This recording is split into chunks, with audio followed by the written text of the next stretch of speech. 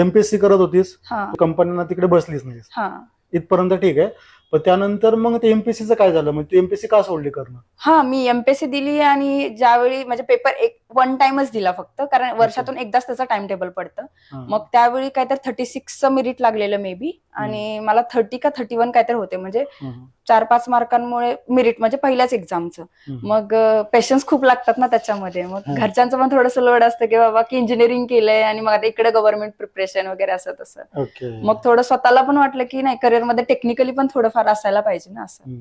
तर मग त्याच्यानंतर मग असं विचार केला की नाही, मी आता कोर्सच करेन, माझं बॅकग्राऊंड पण आयटी आहे, तर मग कोर्स करूनच पुढे जॉबचं वगैरे बघेन. पण त्यामध्ये पण पॉइंट असा होता की कोर्स करायचा कुठे किंवा काय, कारण पुण्यातलं एवढे इन्फॉर्मेशन माहित नव्हतं ना की कुठला कोर्स चांगला आहे किंवा कुठे क्लास लावला पाहिजे, म्हणजे कुठलं इन्स्टिट्यूट चांगलं आहे. म्हणजे आयटी मध्ये जॉब करण्यासाठी तू असं ठरवलं की अगोदर कोर्स करायचा करावा. आणि नंतर आयटी मध्ये हा जॉबला लागायचं हो. असं. कारण कसं होतं की ज्यावेळी कॉलेजमध्ये आपण शिकतो वगैरे, ते प्रॉपर आपल्याला देतात हे असं, पण विषय असतो की आपल्याला लाईव्ह प्रोजेक्ट वरती काम नसतं किंवा प्रॅक्टिकली नॉलेज नसतं, फक्त थेरॉटिकली.